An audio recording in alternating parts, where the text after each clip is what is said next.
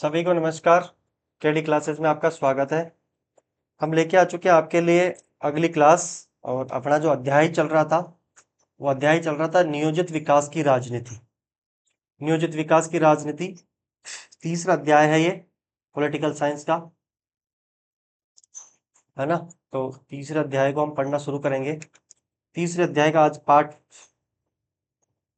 2 है ना। तो हम कहाँ तक पढ़ चुके हैं ये देख लेते हैं एक बार। एक पार्ट हो चुका है अध्याय 3 का, दूसरा पार्ट आज शुरू होना है। तो हम देख लेते हैं एक बार। ये हो गया है नियोजन का अर्थ, पढ़ चुके हैं अपन पहले। आगे चलेंगे। भारत में विकास का अर्थ पढ़ चुके हैं, जिसमें आर्थिक समृद्धि और आर्थिक सामाजिक न्याय पार्ट 1 में ये सब पढ़ चुके हैं अपन। भारत में नियोजन की आवश्यकता क्यों है ये भी पढ़ चुके हैं। भारत में नियोजन का महत्व पूछ सकता है, उद्देश्य पूछ सकता है या उपयोगिता, यह भी हम पार्ट 1 में पढ़ चुके हैं। उड़ीसा में लोह संसाधन किस प्रकार से मिला है इसको भी पार्ट 1 में पढ़ चुके हैं। उद्योगों को लेकर राजनीतिक टकराव को भी पढ़ चुके हैं। और पोस्को प्लांट को भी हमने डिटेल से पढ़ा है, इसको आराम से पढ़ लेंगे। ये कोरिया की कंपनी थी। आगे बात करेंगे दक्षिणपंथी और वामपंथी दोनों विचारधाराओं को हम पढ़ चुके हैं, इसको भी पढ़ चुके हैं, दक्षिणपंथी को भी। और आज पार्ट 2 शुरू होगा, यहां से हम पढ़ना शुरू करेंगे। पार्ट 2 क्लास, अपनी दूसरी क्लास यहां से शुरू हो रही है। नियोजित विकास की राजनीति जो अध्याय 3 है, जो अध्याय 3 स्वतंत्र भारत वाली पुस्तक जो है, स्वतंत्र भारत में राजनीति वाली जो पुस्तक है उसका अध्याय 3, और अध्याय का नाम है नियोजित विकास की राजनीति। नियोजित विकास की राजनीति, ठीक है, इसको पढ़ रहे हैं अपन। आज दूसरा पार्ट चलेगा इसका, ठीक है, पार्ट 2 चलेगा। आज शुरू करते हैं यहां से। स्वतंत्र भारत, स्वतंत्र भारत के समक्ष विकास के 2 मॉडल थे। विकास के कितने मॉडल थे? विकास के 2 मॉडल थे। भारत के समक्ष विकास को लेकर कितने मॉडल थे? सीधा प्रश्न आए तो आपको लिखना है 2 मॉडल थे, ठीक है। पहला मॉडल कौन सा है? पहला मॉडल है पूंजीवादी मॉडल, ठीक है। पूंजीवादी को ही क्या कहते हैं? उदारवादी मॉडल। और ये जो पूंजीवादी मॉडल है ये कहां से सबसे पहले किसने अपनाया था? ये अमेरिका ने अपनाया था। किसने?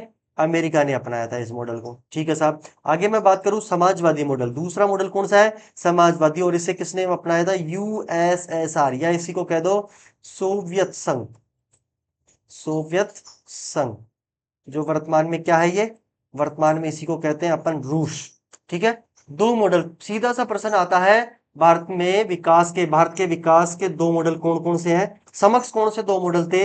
एक तो पूंजीवादी था, एक समाजवादी था। भारत ने कौन सा अपनाया ये हम आगे इन दोनों को डिटेल से पढ़ के फिर देखते हैं। सबसे पहले मैं बात करूंगा पूंजीवादी मॉडल की। पूंजीवादी मॉडल क्या है? देखो इधर, पूंजीवादी मॉडल को ही क्या कहते हैं? उदारवादी मॉडल, ठीक है। देखो इसमें डिटेल से देखते हैं, ये हेडिंग हो जाएगी पूंजीवादी मॉडल या उदारवादी मॉडल, और इसमें इसको डिटेल से देखते हैं अब। यह मॉडल अमेरिका ने अपनाया। सबसे पहले पूंजीवादी मॉडल किसका था? अमेरिका का था, ठीक है। अमेरिका ने यह मॉडल अपनाया। हमेशा प्रश्न पूछा जाता है कि अमेरिका का कौन सा मॉडल है या कौन सी विचारधारा है? तो अमेरिका की पूंजीवादी विचारधारा है। या मॉडल कौन सा था अमेरिका में? पूंजीवादी था। इसमें सरकार का हस्तक्षेप न के बराबर होता है, अर्थात मैं कह दूं तो पूंजीवादी में हस्तक्षेप की बात की जाती है। हस्तक्षेप की बात की जाती है ना। इसमें खुली अर्थव्यवस्थाएं पाई जाती है, ठीक है, बाजार मूलक अर्थव्यवस्था होती है। इसमें राज्य का हस्तक्षेप नहीं होता, इसलिए इसमें हस्तक्षेप न के बराबर होता है ना। पूंजीवादी में राज्य का हस्तक्षेप नहीं होता। आगे देखते हैं, इसमें निजीकरण को महत्व दिया जाता है, अर्थात प्राइवेटेशन को महत्व दिया जाता है। ज्यादातर सरकारी हस्तक्षेप को न के बराबर बताया गया है इसमें, कि पूंजीवादी जो मॉडल है उसमें हस्तक्षेप नहीं होता है और यह निजीकरण को बढ़ावा देते हैं। इसमें निजीकरण को क्या दिया जाता है? महत्व दिया जाता है। प्रश्न पूछे कि पूंजीवादी या उदारवादी मॉडल के बारे में आप क्या जानते हो, विस्तार से वर्णन करें, तो हमें विस्तार से वर्णन यही करना होगा कि पूंजीवादी मॉडल अमेरिका के द्वारा अपनाया गया था। इसमें सरकार का हस्तक्षेप न के बराबर होता है। इसमें निजीकरण को महत्व दिया जाता है। किसको दिया जाता है? निजीकरण को महत्व दिया जाता है। इसमें अर्थव्यवस्था को बाजार मूलक बनाया गया है। अर्थव्यवस्था को बाजार मूलक बनाया गया, अर्थात मैं कह दूं तो खुली अर्थव्यवस्था की बात हो रही है यहाँ पर। खुली अर्थव्यवस्था, खुली अर्थव्यवस्था की बात हो रही है। इसमें मजदूरों का शोषण होता है, मजदूरों किसानों का, है ना, शोषण होता है। क्यों होता है? क्योंकि ये पूंजीवादी मॉडल है, ये उद्योगों को बढ़ावा देती है ये मॉडल, है ना। किसानों को कम देता है, कृषि को कम बढ़ावा दिया जाता है, इसमें उद्योगों को ज्यादा बढ़ावा दिया जाता है। ये अमीरों का मॉडल है, इसलिए ये पूंजीवादी मॉडल है। इसको देख लिए डिटेल से। आगे चलते हैं। दूसरा मॉडल है समाजवादी मॉडल। दूसरा मॉडल कौन सा है? समाजवादी मॉडल। देखते हैं इसमें, इसको डिटेल से हेडिंग लगा लेंगे नंबर 2 लगा के। समाजवादी मॉडल, देखो इधर, इसको अच्छे से देखते हुए चलेंगे। यह मॉडल सोवियत संघ के द्वारा अपनाया गया था। सीधा सा प्रश्न पूछता है, कभी कभार सीधा प्रश्न उठ के आता है कि समाजवादी मॉडल किसने अपनाया था या किसका मॉडल था ये? तो सोवियत संघ का था। सोवियत संघ को क्या कहते हैं? यूएसएसआर। ठीक है, इसी को वर्तमान में क्या कहते हैं अपन? वर्तमान में इसको कहते हैं रूस। ठीक है, आगे चलते हैं। दूसरी जो बात समाजवादी मॉडल की है वो है, इसमें निजीकरण का विरोध किया जाता है। क्योंकि देखो इधर, यहां पर क्या हो रहा है? निजीकरण को महत्व दिया जाता है। पूंजीवादी में तो निजीकरण को महत्व दिया जा रहा है ना? और जो समाजवादी है इसमें निजीकरण का विरोध होता है। ठीक है, प्राइवेटेशन का विरोध होता है। अर्थात यहां पर किसकी बात हो रही है? सरकार की बात हो रही है। किसमें सरकार का हस्तक्षेप रहता है? देखो यहां तीसरा नंबर बताया जा रहा है, इसमें सरकार का हस्तक्षेप रहता है समाजवादी मॉडल में। क्योंकि ये किससे जुड़ा हुआ है? देखो समाजवादी नाम से पता चल रहा है समाज है, तो समाज को कौन चलाएगा? सरकार चलाएगी। ठीक है, तो इसमें सरकार का हस्तक्षेप रहता है। देखो इधर मैं पूंजीवादी बात करूं तो इसमें सरकार का हस्तक्षेप नहीं होता। देखो यहाँ लिखा हुआ है सरकार का हस्तक्षेप न के बराबर होता है। और यहाँ की बात कर रहा हूं मैं, यहाँ पर क्या होता है? सरकार का हस्तक्षेप, सरकार का हस्तक्षेप रहता है। तो समाजवादी और पूंजीवादी मॉडल में इस प्रकार से अंतर करना है आपको। नंबर 4 की मैं बात करूं समाजवादी मॉडल में, तो इसमें नीतियां सरकार के द्वारा बनाई जाती है। इसमें देख लो, जब सरकार का हस्तक्षेप होगा तो नीतियां भी कौन बनाएगी? इसमें सरकार ही बनाती है। इसमें समानता पर बल दिया जाता है। इसमें समानता पर बल दिया जाता है। किसानों की बात की जाती है, मजदूरों की बात की जाती है इसमें, है ना? ये अर्थ जो ये मॉडल है ये गरीबों का मॉडल है। तो इस बात को ध्यान रखेंगे, समाजवादी मॉडल को भी डिटेल से लिख लेंगे और अच्छे से नोट्स बनाते चलेंगे। जैसे प्रश्न पूछे कि समाजवादी मॉडल के बारे में क्या जानते हो, तो ये संपूर्ण डिटेल्स आपको लिखनी पड़ेगी। ठीक है, आगे चलते हैं। आगे मैं बात करूं तो देखो, भारत के सामने दो मॉडल आए। सबसे पहले तो ये इधर देखो, है ना? भारत के समक्ष दो मॉडल है, एक तो पूंजीवादी मॉडल, एक समाजवादी मॉडल। अब भारत में भी ये कि भारत ने कौन सा मॉडल अपनाया, पूंजीवादी अपनाया या समाजवादी अपनाया? ये देखो, ये पूंजीवादी मॉडल हो गया, ये समाजवादी हो गया। अब इस बात को देखो आप अच्छे से, नोट लगा के लिखाया हुआ है कि भारत में मिश्रित अर्थव्यवस्था। कौन सी? मिश्रित अर्थव्यवस्था। अर्थात मैं कह दूं कि भारत ने कौन सा मॉडल अपनाया? भारत ने मॉडल अपनाया मिश्रित मॉडल।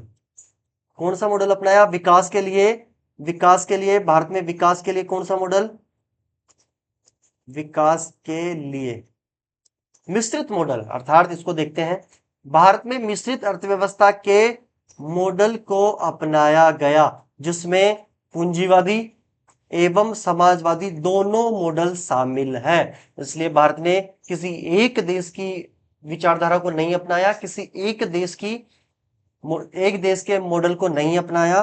भारत ने मिश्रित मॉडल अपनाया, अर्थात पूंजीवादी भी और समाजवादी भी। तो इसको भी ध्यान रखेंगे कि भारत ने विकास के लिए कौन सा मॉडल अपनाया? मिश्रित मॉडल या मिश्रित अर्थव्यवस्था के मॉडल को अपनाया। ठीक है, आगे चलते हैं। स्वतंत्रता के समय भारत में विकास पर मतभेद। अब देखो, मतभेद होना ही है। कुछ कुछ लोगों का कहना है कि पूंजीवादी मॉडल को अपनाओ, कुछ लोगों का कहना है समाजवादी मॉडल को अपनाओ। तो ये मतभेद सामने निकल कर आए विकास को लेकर। क्या क्या मतभेद रहे हैं? प्रश्न पूछा जाएगा कि स्वतंत्रता के समय भारत में विकास पर क्या क्या मतभेद हुए, किन्हीं एक दो को लिखिए। तो मतभेद क्या क्या रहे? विकास को लेकर मतभेद है, इस बात का ध्यान रखना कि विकास को लेकर क्या मतभेद रहे हैं उसको देखते हैं नंबर 1 पे।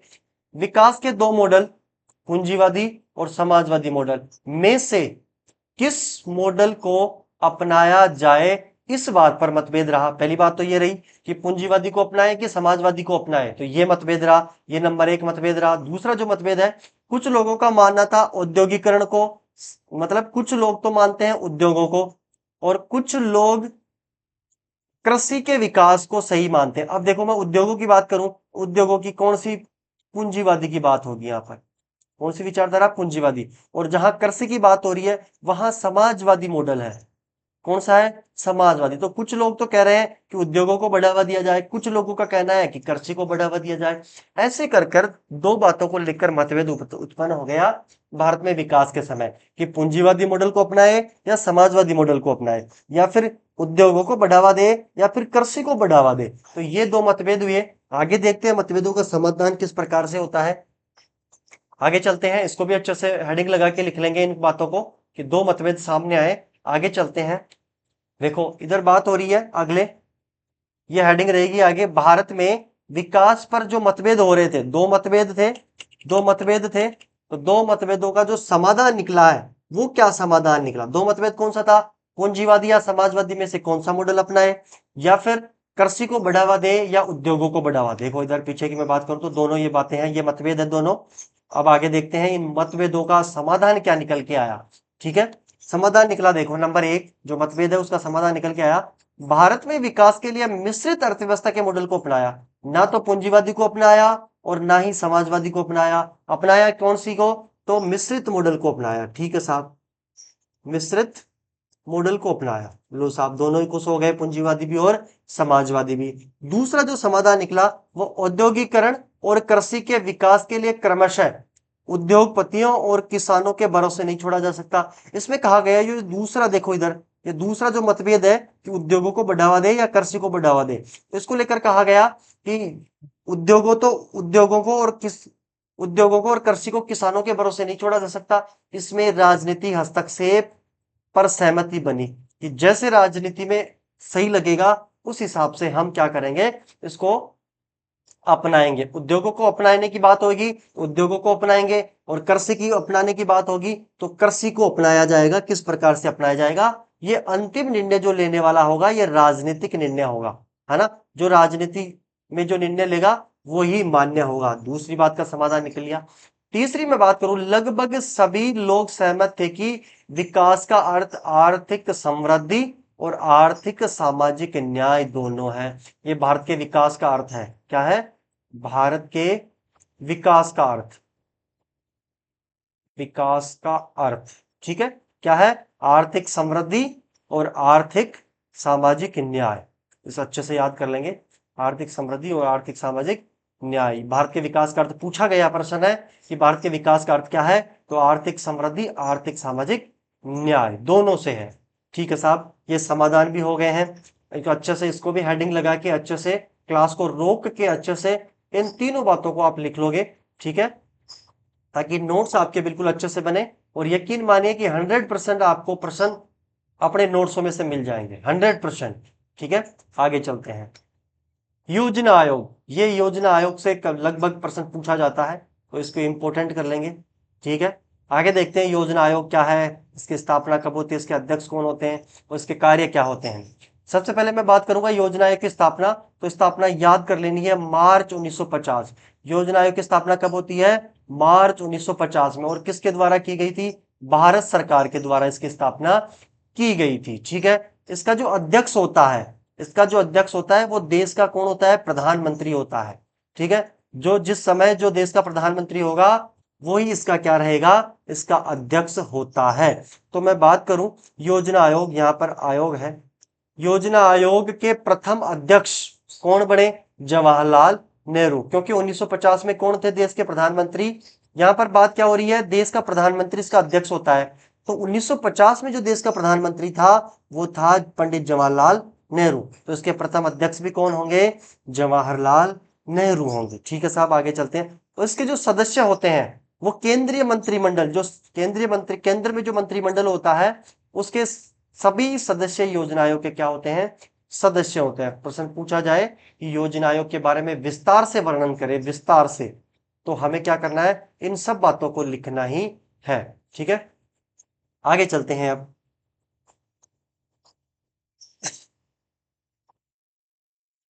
आगे चलते हैं,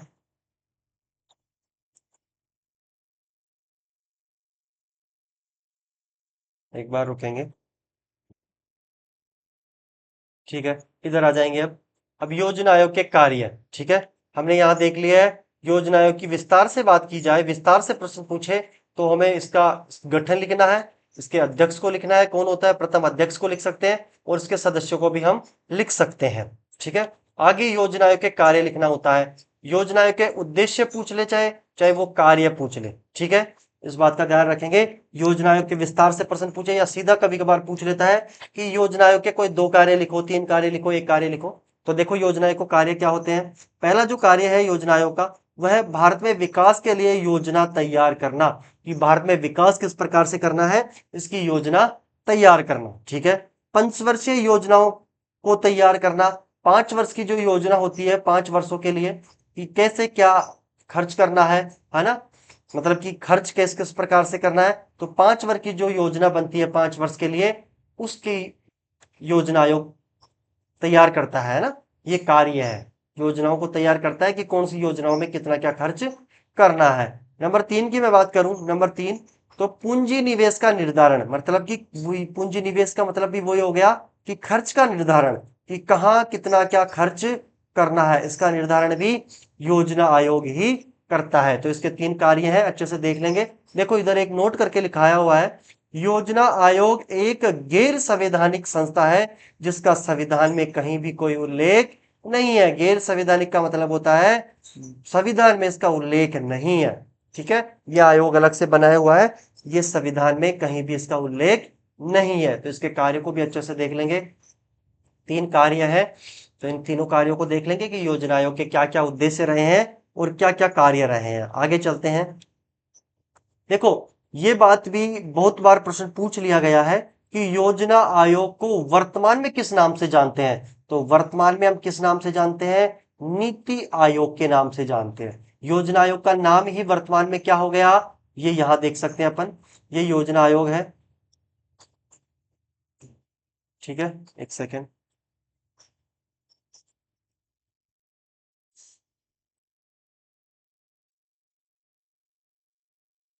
हाँ तो इधर आ जाएंगे।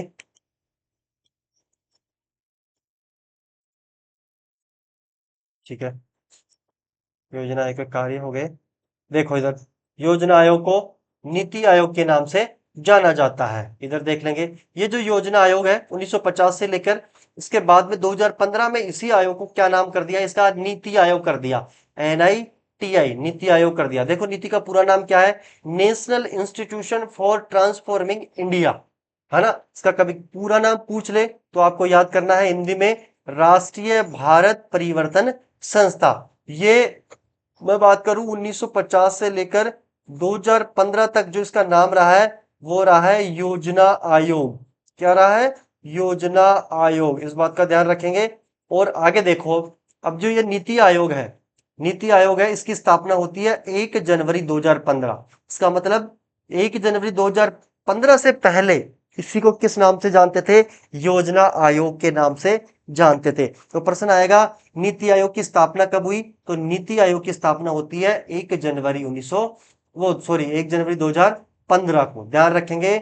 ठीक है, नीति आयोग अच्छे से याद कर लेंगे, यह प्रश्न बार बार पूछा गया है। नीति आयोग की स्थापना, तो स्थापना की मैं बात करूं तो 1 जनवरी 2015। ठीक है, देखो इसका भी अध्यक्ष वही होगा जो योजना आयोग का देश का प्रधानमंत्री है। मैं बात करूं 2015 में, 2015 में, है ना, इधर बात करेंगे 2015 में। तो 2015 में मैं बात करूं, ये 2015 में आता है नीति आयोग। तो 2015 में जो प्रधानमंत्री होता है, जो PM था, वो था नरेंद्र मोदी।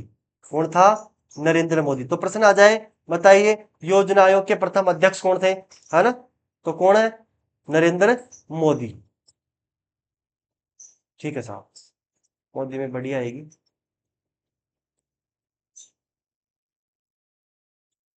नरेंद्र मोदी थे, ठीक है साहब। आगे चलते हैं। और वर्तमान में मैं बात करूं, वर्तमान 2026 है और 26 में भी इसके अध्यक्ष कौन है, नरेंद्र मोदी है, क्योंकि प्रधानमंत्री वर्तमान में कौन है 26 में भी, नरेंद्र मोदी है। ठीक है, आगे चलते हैं। ये नीति आयोग हो गया, ये नीति आयोग भी क्या है, इंपॉर्टेंट है, यहां से प्रश्न बार बार बनते हैं, इसकी स्थापना को लेकर बनते हैं ज्यादातर प्रश्न। ठीक है, आगे चलते हैं। बॉम्बे प्लान, बॉम्बे प्लान के तो बोर्ड पीछे पड़ रखा है कुछ वर्षों से, 2 या 3 वर्षों से बॉम्बे प्लान के तो पीछे पड़ा है। इसका मतलब ये क्या है, वेरी वेरी इंपॉर्टेंट है। बॉम्बे प्लान से प्रश्न पूछता है, कभी कभार ये दे देता है किसमें कहा गया बॉम्बे प्लान में कहा गया है, या सीधा सा पूछ लेता है बॉम्बे प्लान क्या है, बॉम्बे प्लान के बारे में आप क्या जानते हो, ऐसे करके। तो ये तो वेरी वेरी इंपॉर्टेंट है। देखो ये क्या है, 1944 में उद्योगपतियों का एक समूह, एकजुट मतलब एक साथ होता है, एकजुट हुआ, और इस समूह ने देश में नियोजित अर्थव्यवस्था चलाने का एक संयुक्त प्रस्ताव क्या किया, संयुक्त प्रस्ताव तैयार किया, जिसे बॉम्बे प्लान कहा जाता है।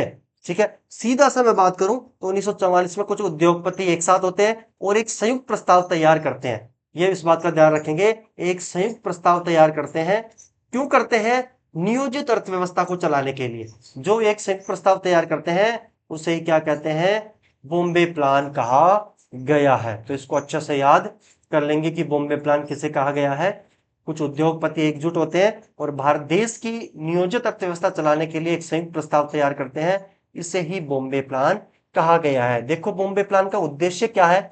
बॉम्बे प्लान का उद्देश्य सरकार औद्योगिक तथा अन्य आर्थिक निवेश के क्षेत्र में कुछ बड़े कदम उठाए, कि बड़े बड़े उद्योगों को लागू करें, मतलब कि उद्योग स्थापित करें, और आर्थिक निवेश में भी कुछ बड़े कदम उठाए ताकि भारत की अर्थव्यवस्था अच्छे से चल सके। ठीक है, भारत की अर्थव्यवस्था अच्छे से चल सके। आगे बात करते हैं, ये बॉम्बे प्लान अच्छे से याद कर लेना। ठीक है, इसके विशेष उद्देश्य को भी देख लेना कि उद्देश्य क्या था। आगे चलते हैं, बॉम्बे प्लान को भी अच्छे से बना लेंगे नोट्स इसके भी। आगे चलते हैं, पंचवर्षीय योजनाएं।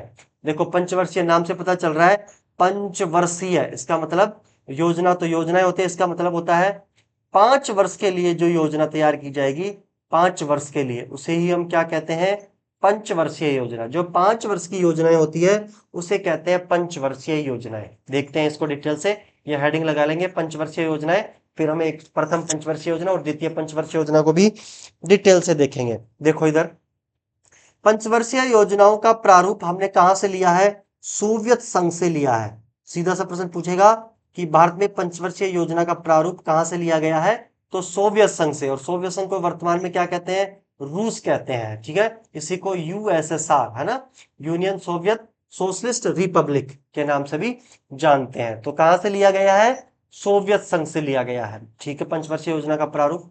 आगे बात करते हैं, इसमें भारत सरकार एक दस्तावेज तैयार करेगी, जिसमें अगले 5 वर्षों के लिए उसकी आमदनी और खर्च, मतलब कितना आया और कितना हमें खर्च करना है, की योजना होगी। इस 5 वर्ष का जो प्रारूप बनेगा है ना, उसमें ये बात होगी कि कितनी आमदनी हुई है और कितना खर्च किया गया है, ये तैयार किया जाएगा। 5 वर्ष की योजनाएं बनाई जाएगी कि अगले आने वाले 5 वर्षों में क्या क्या करना है, भारत सरकार किस प्रकार से कहाँ कितना क्या खर्च करेगी।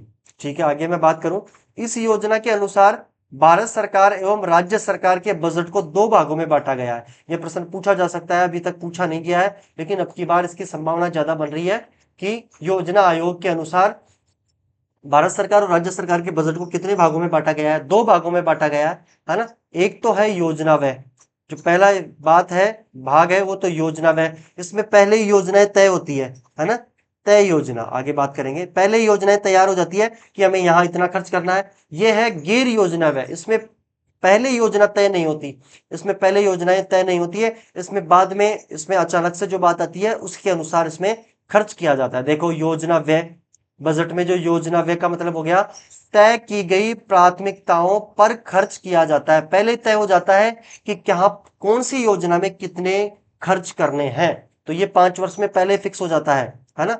ये 5 वर्ष के लिए तैयार होता है और 5 वर्ष में कौन सी योजनाओं के लिए कितना क्या खर्च करना है उसे कहते हैं योजना व्यय। और बजट का पहला भाग है वो योजना व्यय है। दूसरी में बात करूं गैर योजना व्यय, इसमें सालाना आधार पर प्रतिदिन का खर्च है, क्योंकि अचानक से कोई खर्च हो रहा है तो प्रत्येक वर्ष की बात हो रही है, यहाँ पर प्रत्येक वर्ष की बात होगी और कितना क्या रोज कितना क्या खर्चा हो रहा है। गैर योजनाओं में ये तो पहले से तय थी योजना, तो यहाँ पर गैर योजना जो पहले से तैयार नहीं थी लेकिन अचानक खर्च हो रहा है तो उसकी प्रतिदिन का खर्च इसमें शामिल होता है। तो 2 भागों में बजट को बांटा गया है, योजना व्यय और गैर योजना व्यय, और इन दोनों को अच्छे से देख लेंगे। आगे चलते हैं पंचवर्षीय योजना में, अब हम देखेंगे प्रथम पंचवर्षीय योजना को।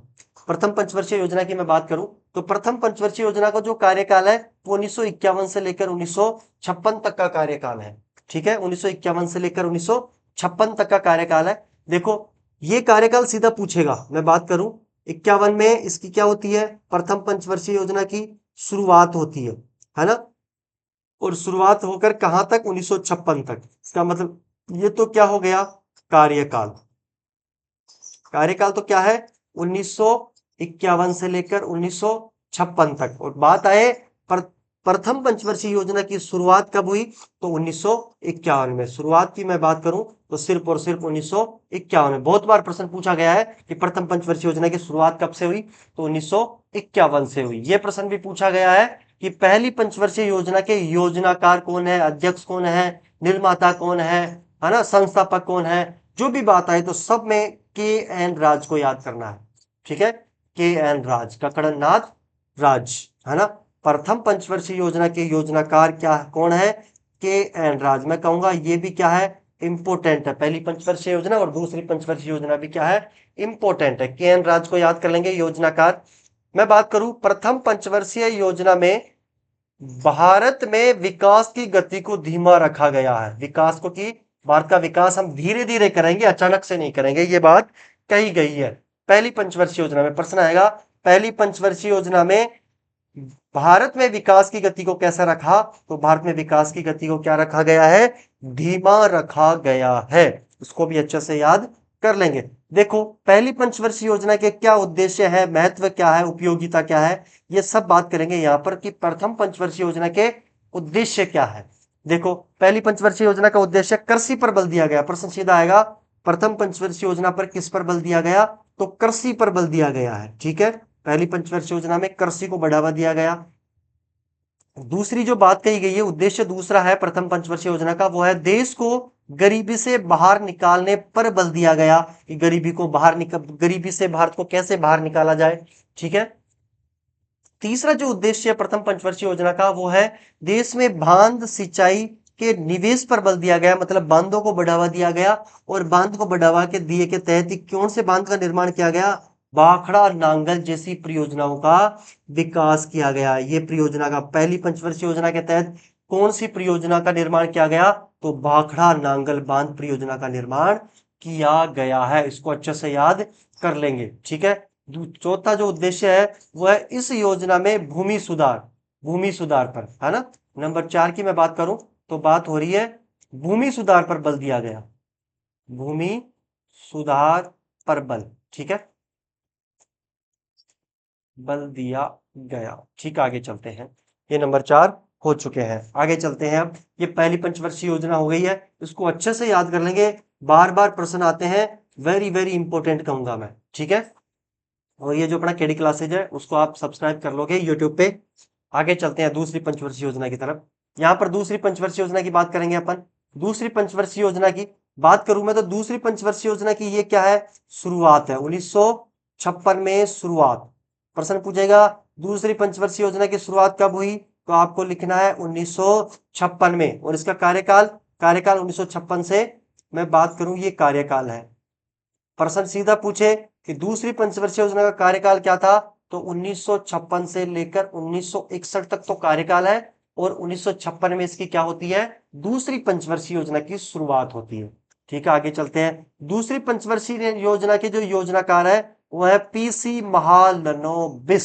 इसको भी अच्छे से याद कर लेंगे, पीसी महालनोबिस को भी। दूसरी पंचवर्षीय योजना के क्या है, ये योजनाकार है, संस्थापक है, करता है, ठीक है, पीसी महालनोबिस। इसको भी अच्छे से याद कर लेंगे, ये प्रश्न भी आया हुआ है।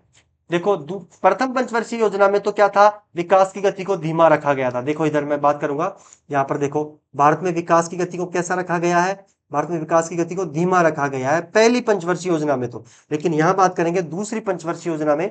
मैं यहां बात करूं दूसरी पंचवर्षीय योजना में जो भारत में विकास है, भारत में विकास की गति को कैसा रखा गया है, तेज रखा गया है। कि भारत का विकास कैसे करेंगे, तेज गति से करेंगे। तो भारत में विकास की गति को क्या रखा गया, तेज रखा गया। प्रश्न आएगा कि कौन सी पंचवर्षीय योजना में भारत में विकास की गति को, मतलब कौन सी पंचवर्षीय योजना में विकास की गति को तेज रखा गया, तो यहां पर दूसरी पंचवर्षीय योजना करेंगे। और यदि पूछा जाए कि कौन सी पंचवर्षीय में धीमा रखा गया, तो इसमें क्या आ जाएगा, प्रथम पंचवर्षीय योजना आ जाएगी। ठीक है, देखो इधर दूसरी पंचवर्षीय योजना के उद्देश्य क्या है। आज हम इस क्लास को समाप्त करेंगे, क्लास थोड़ी बड़ी हो रही है, लेकिन आप पूरी क्लास को लेंगे और मैं कह रहा हूं 100% आपको नंबर मतलब कि पर्सन यहीं से मिलेंगे, आपको सीधे सीधे पर्सन उठ के आएंगे। और बाकी चर्चाएं आगे ट्यूशंस में भी कर लेंगे। बात करेंगे उद्देश्य की। तो उद्देश्य देखो, पहला उद्देश्य इसमें उद्योगों पर बल दिया गया। याद करो प्रथम पंचवर्षीय योजना में क्या था, प्रथम में क्या था, प्रथम पंचवर्षीय योजना में ऐसे ऐसे याद करोगे ना आप, तभी आपको याद होगा, ऐसे याद करोगे तभी आपको याद होगा। उसमें तो किस पर दिया गया था, कृषि पर। ऐसे याद करो, प्रथम पंचवर्षीय योजना में कृषि पे दिया गया था और दूसरी पंचवर्षीय योजना में किस पे दिया जा रहा है, उद्योगों पर बल दिया गया है। ठीक है, देखो इधर मैं दिखाता हूं आपको, ये देखो कृषि पर बल दिया गया है पहली पंचवर्षीय योजना में, तो दूसरी पंचवर्षीय योजना में किस पर बल दिया गया है, उद्योगों पर बल दिया गया है। ठीक है, दूसरा उद्देश्य देखें, इसमें निर्यात पर बढ़ावा दिया गया है, इसमें निर्यात को बढ़ावा दिया गया है। निर्यात का मतलब होता है बेचना, कि बेचा जाए, है ना, निर्यात किया जाए, इसमें निर्यात को बढ़ावा दिया गया है। देखो इसमें बिजली, रेलवे, इस्पात, मशीनरी और संचार जैसे उद्योगों पर बल दिया गया है। मैं बात करूं वहां पर सिंचाई पर बल दिया गया था, बांधों पर बल दिया गया था पहली पंचवर्षीय योजना में। देखो इधर पहली पंचवर्षीय योजना में देखो बांध, सिंचाई, है ना, और दूसरी पंचवर्षीय योजना में बिजली, रेलवे, इस्पात, मशीनरी पर बल दिया गया है। तो इसको भी अच्छे से डिटेल से देख लेंगे दूसरी पंचवर्षीय योजना में भी। अब आगे चलते हैं, दूसरी पंचवर्षीय योजना में कुछ समस्याएं भी देखने को मिली है। देखो इधर दूसरी पंचवर्षीय योजना में कौन कौन सी समस्याएं देखने को मिली है, कि समस्याएं भी बनी है, क्योंकि दूसरी पंचवर्षीय योजना में क्या हुआ, कृषि पर बल नहीं दिया गया, उद्योगों पे दिया गया और बहुत ज्यादा पैसे खर्च दिए। देखो इधर मैं बात करूंगा दूसरी पंचवर्षीय में जो समस्या आई, वो पहली समस्या है खाद्यान्न संकट। खाद्यान्न संकट क्यों आया, क्योंकि दूसरी जो पंचवर्षीय योजना है, दूसरी पंचवर्षीय योजना पर किस पर बल दिया गया, बल किस पर दिया गया, उद्योगों पर। उद्योगों पर बल दिया गया और कृषि पर बल नहीं दिया गया, इसलिए क्या हुआ, खाद्यान्न संकट में कमी आई। दूसरी पंचवर्षीय योजना उद्योगों पर बल दिया गया, इसलिए कृषि कमजोर हो गई, है ना, और कृषि कमजोर हुई तो किसका, खाद्यान्न का, जो खाने योग्य अन्न है उसका संकट सामने आया। इसको आप अच्छे से डिटेल से भी लिखो, तो लिख सकते हो इसमें खाद्यान्न संकट में, खाद्यान्न संकट में लिखना है दूसरी पंचवर्षीय योजना में उद्योगों पर बल देने के कारण कृषि कमजोर हुई और कृषि कमजोर होने के कारण खाद्यान्न संकट देखने को मिला है। आगे मैं बात करूं, कृषि के विकास में कमी आई, क्योंकि दूसरी पंचवर्षीय में किस पर बल दिया गया है, उद्योगों पर, तो कृषि के विकास में कमी देखने को मिली, यह दूसरी समस्या है। ठीक है साहब, तीसरी मैं बात करूं तो विदेशी मुद्रा में कमी आई, क्योंकि विदेशी मुद्रा में क्या किया गया, बड़ी बड़ी मशीनरी क्या कर ली है, विदेशों से निर्यात की गई, मशीनरी निर्यात की गई। अब जब बड़ी बड़ी मशीनरी हम मंगवाएंगे बाहर से, विदेशों से, तो विदेशी जो मुद्रा है ना, वो हमारी कम होगी होगी, क्योंकि ये तो हमने जितनी विदेशों की मुद्रा है वो विदेशों को दे दिया, तो इसलिए विदेशी मुद्रा में क्या देखने को मिली, कमी देखने को मिली। बात करूंगा दूसरी पंचवर्षीय योजना में उद्योगों पर बल दिया गया और मशीनरी आदि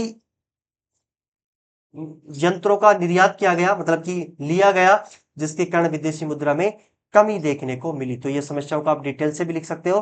बाकी ये 3 समस्याएं हैं, इनको आप डिटेल से, बड़ा प्रश्न आए तो डिटेल से भी लिख के आना है। ठीक है, आगे चलते हैं, केरल मॉडल की बात करेंगे। ठीक है, केरल मॉडल की मैं बात करूं तो केरल मॉडल क्या है, देखो इधर ये केरल मॉडल भी बार बार प्रश्न पूछा जाता है, तो इसका मतलब ये भी क्या है, वेरी वेरी इंपॉर्टेंट है। बात करेंगे, ये भी क्या है, वेरी वेरी इंपॉर्टेंट। देखो केरल में विकास और नियोजन के लिए जो मॉडल अपनाया गया उसे केरल मॉडल कहा जाता है। सीधा सा प्रश्न बनेगा, केरल मॉडल से आप क्या समझते हो, तो आपको केरल के विकास और नियोजन के लिए जो मॉडल अपनाया गया उसे क्या कहा गया, केरल मॉडल क्या गया। मतलब सीधी सी मैं बात करूं तो केरल के विकास और नियोजन के लिए जो मॉडल अपनाया गया उसे ही केरल मॉडल कहा गया है। अब केरल मॉडल की कुछ विशेषताएं हैं, कि केरल मॉडल के, जो केरल ने जो ये मॉडल अपनाया है ना, अपनाया है, उससे केरल में क्या हुआ, क्या देखने को मिला, जो विकास के लिए, नियोजन के लिए, मैं बात करूं इन दोनों की, विकास और नियोजन के लिए जो मॉडल अपनाया उसे केरल मॉडल कहा गया। तो केरल मॉडल से केरल में हुआ क्या क्या है, देखें तो नंबर 1 में विशेषता की बात करूं, केरल मॉडल में शिक्षा, स्वास्थ्य, भूमि सुधार, खाद्य वितरण और गरीबी उन्मूलन पर जोर दिया गया। इसका मतलब शिक्षा को ठीक किया करने की बात कही गई, स्वास्थ्य को अच्छे करने की बात की गई, भूमि का सुधार करने की बात की गई, और जो खाद्य अन्न है, वितरण है, उस पर बात की गई, और गरीबों की बात की गई है। किसमें, केरल मॉडल में। केरल, दूसरी मैं बात करूं विशेषता की, तो केरल मॉडल के कारण केरल की साक्षरता 100% का मतलब हो गया 100% रही है। किसके कारण? केरल मॉडल के कारण। क्योंकि यहां देखो, यहां बात हो रही है शिक्षा की। शिक्षा को क्या दिया गया? बढ़ावा दिया गया। अब शिक्षा को बढ़ावा दिया जा रहा है तो यहां पर 100% शिक्षा रही है। साक्षरता दर कितनी रही है? 100% रही है केरल मॉडल के कारण। मैं बात करूं तीसरी विशेषता की, तो केरल में 1987 से 1991 के मध्य केरल सरकार के द्वारा नव लोकतांत्रिक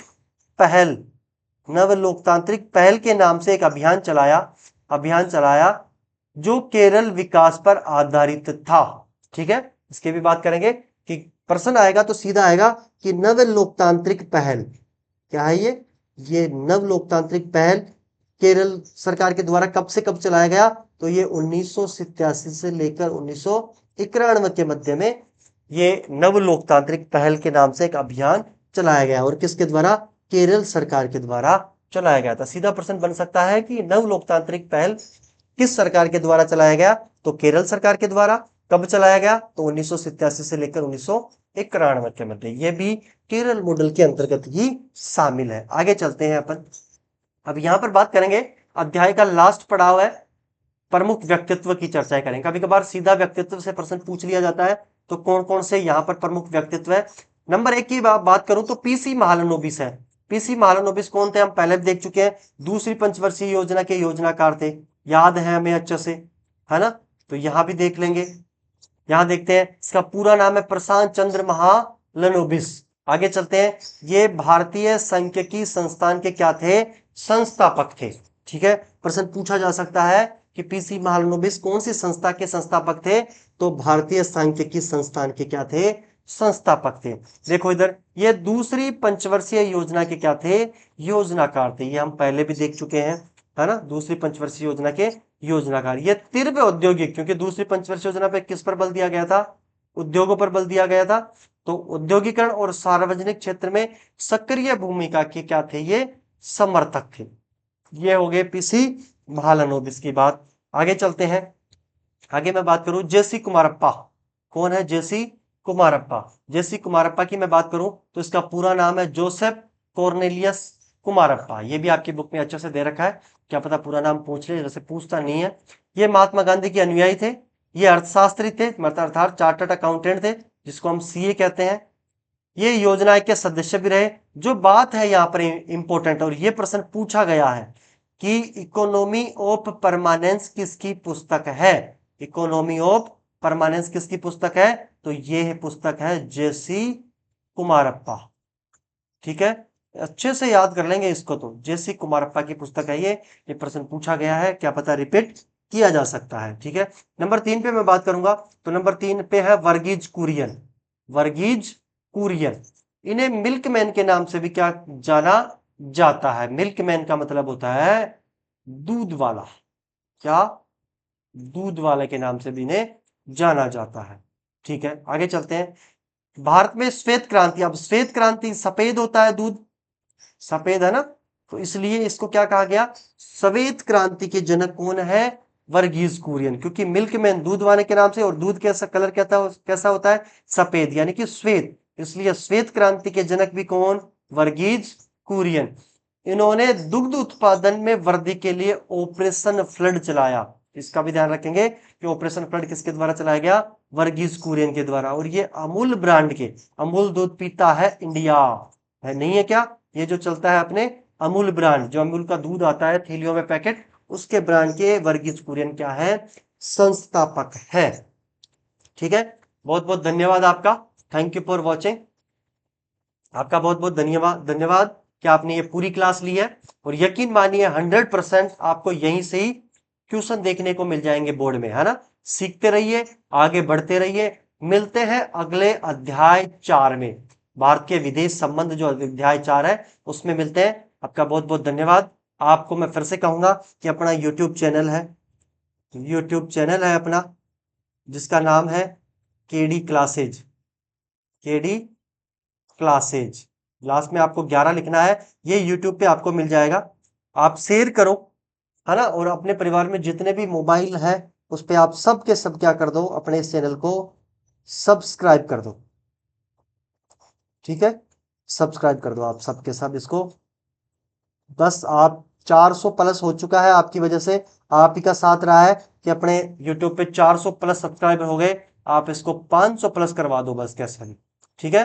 बस आपका सहयोग बहुत जरूरी है, क्योंकि आप हो तो हम हैं, आप हो तो हम हैं। तो आप अपने चैनल को सब्सक्राइब करें, और जो भी 12th में है, आपके रिलेटिव है, जो भी है आपके साथ के हैं, उनको आप अपनी इस क्लास को शेयर करेंगे अच्छे से, डिटेल से, और उनको कहेंगे कि ये रेगुलर क्लासें ले। मैं गारंटी दे रहा हूं आपको कि 100 में से 100% अपने 900 से प्रश्न देखने को मिल जाएंगे।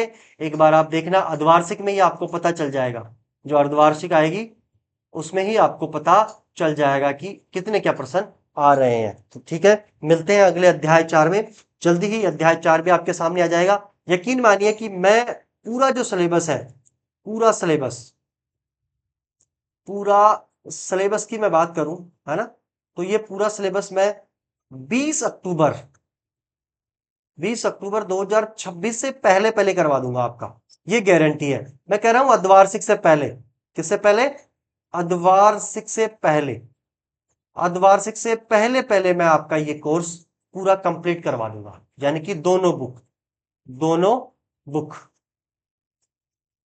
दोनों बुक स्वतंत्र भारत में राजनीति और समकालीन विश्व राजनीति को मैं कंप्लीट करा दूंगा। तो आप हमारे चैनल पे नए हो तो सब्सक्राइब भी कर लें, और लाइक जरूर किया करो आप, ठीक है। और आपको क्लास कैसी लगी आप लास्ट में कमेंट जरूर करना, ताकि मैं आपका कमेंट पढ़ सकूं, है ना। और अपना, यदि आपका अलग से पिताजी के नाम से भी है तो आप अपना नाम भी डाल सकते हो कमेंट में, ताकि मैं आपका कमेंट भी पढ़ सकूं और आपको रिप्लाई दे सकूं। आपको कैसी क्लास लगी आप जरूर बताना कि आपको क्लास कैसी लगी, और आगे हम इसमें क्या इंप्रूव कर सकते हैं ये भी आप बता सकते हो, कि हम इस क्लास में और क्या अच्छे से ऐड कर सकते हैं, किस प्रकार से पढ़ा सकते हैं, ताकि मैं आपका कमेंट पढ़ के आगे इसको अच्छे से और भी कर सकूं। तो आपका बहुत बहुत धन्यवाद। मिलते हैं अगली क्लास में, जल्दी ही अध्याय 4 आने वाला है, तो आप तैयार रहिए। आपको हमारी क्लासें कोर्स में जाके कंप्लीट क्लासें मिल जाएगी केडी क्लासेस के। आप सेशन में जाओगे तो वहां पर वीडियोज लाइव ऐसे करके कोर्स मिलेगा। तो आप कोर्स में जैसे ही जाओगे तो आपको अपनी पूरी कंप्लीट कोर्स मिल जाएगा। तो आप वहां जाके भी पूरी क्लासों को ले सकते हैं, एक एक करके अध्याय वाइज वहां पर डाल रखा है। बाकी मैं आपको और अच्छे डिटेल से बता दूंगा अगली क्लास में कि आपको यूट्यूब पे कहाँ मिलेंगे अपने कोर्स। बहुत बहुत धन्यवाद।